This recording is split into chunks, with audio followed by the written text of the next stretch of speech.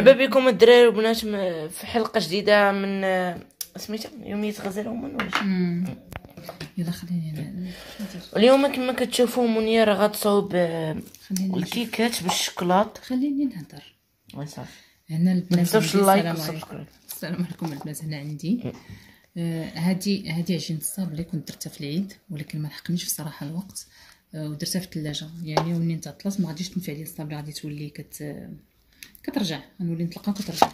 درت منها حطيت فيها دجاج الخميره، درتها في هذا الليمون ديال لي طاختوليت، راه تنفخات ليا. درت هاد الكوارات خاويين صغار، هز شويه يدك، هادو ستيوتين هادو صغارين، وهادو عمرتهم من داخل بالشكلاط. دونك هادو شويه كبار وعمرهم من داخل بالشكلاط. دونك انا هادو غادي ندير لهم كلشي، غادي نغطسهم في هاد الشكلاط.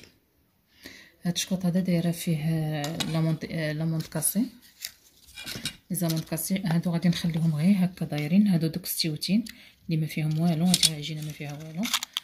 وكان شويه هكا نقول هادي كنصح لك كان ندير لهم انا كاع كبير، كندير لهم هاد هكا باش كتكرم عليها هكذا، وكنحطها هنا. انا هادي بردتهم كمجمد، هاسي ولدي هنا، هادي انا بردتها كمجمد. حيد يلا دوق هادي زربانه باش يدوق.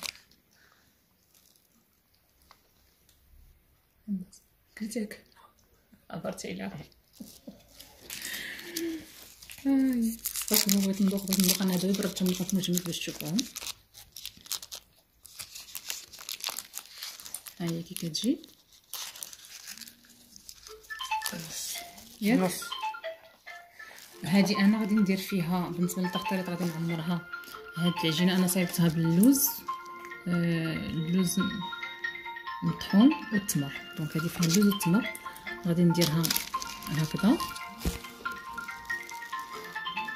غنديرها فيها هكذا، وغندير فيها الشكلاط، وغادي ندير عليها الشكلاط. نعمرها باللوز. انا هاد الشكل ما غنصايبوش دابا، صايب غير هذاك اللي قلت اليوم، وهذا غنصايبو نهار اخر. دونك انا هذه حتى هي غنديرها، ندير عليها الشكلاط بحال هكذا.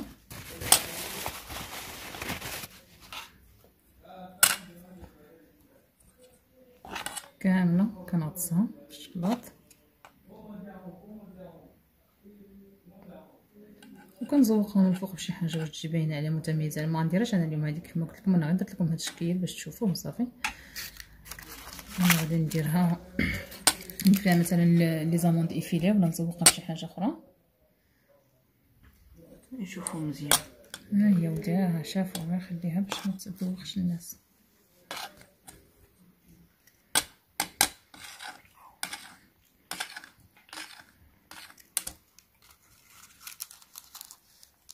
صافي كتحطها تما وكتاكلوها. الشكل هذا اللي فيه ديال لي طاختريط، وهذا غادي ندير له الشكلاط من بعد حتى هو، ما نصايبوش دابا.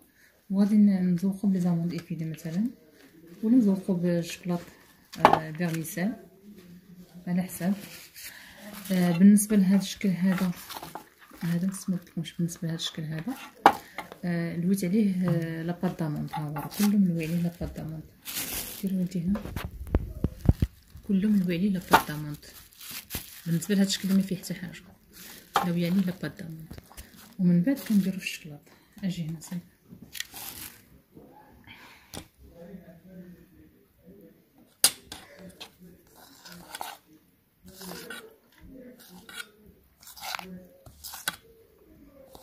نلوي عليه لاباط داموند. انا هذه ما لحقنيش الوقت، ما داكنيش الوقت باش نصايبها، غير شريتها. هي الا مصايبه احسن بطبيعه الحال، كتعرفي راسك اش دايره فيها، ولكن غادي نصايبها من بعد ان شاء الله. دابا حنا شريتها في العيد وخدمت بها وبقات ليا، وخدمت بها هذا الشكل هذا كيف ما شفتوا. نزيد داك شويه فوق، كندير لها هكا كيف ما كان. جاتني شكل خماسي شكل سداسي، كيف ما جاتني على حسب الكره. كاينه الكره اللي شويه كبيره صافي. تنكمل بهذا الشكل كلشي، وهذا هو الشكل ديالها. وبالنسبه لهاد الشكيلات غنديرهم مره اخرى. انا قلت اليوم غندير غير هذه ديال لاباط داموند. هذه كانت فكره اللي بقات عندها العجينه ديال الصابلي وما خدماتش بها، او اي عجينه ولا عجينه ديال التمر اللي تعطلات في الثلاجه ولا شي حاجه وسال لك التمر، ممكن ديريها بالطريقه هذه. الى اللقاء.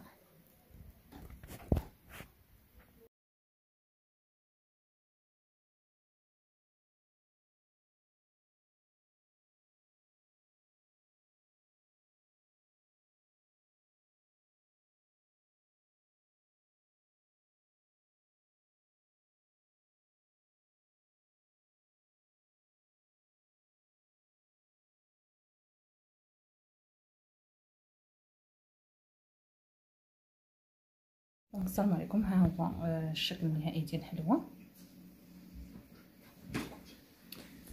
هنا هذه اللي دايره فيها انا هذه ديال التخطيط اللي درت فيها التمر واللوز، عقده ديال اللوز عقده ديال التمر بليتو. هذه فيها عفوا هذه فيها الشوكولات بوحديتو، وهذه فيها عقده ديال اللوز وديال التمر هي هذه التخطيط، وهذه اللي فيها لاباط ديال لاباط دامون. ها هي هنا في الجنب كتبان، ها هي هنا كتبان تحت الشوكولات اللي دورتها في لاباط دامون، والداخل ما فيها حتى شي حاجه.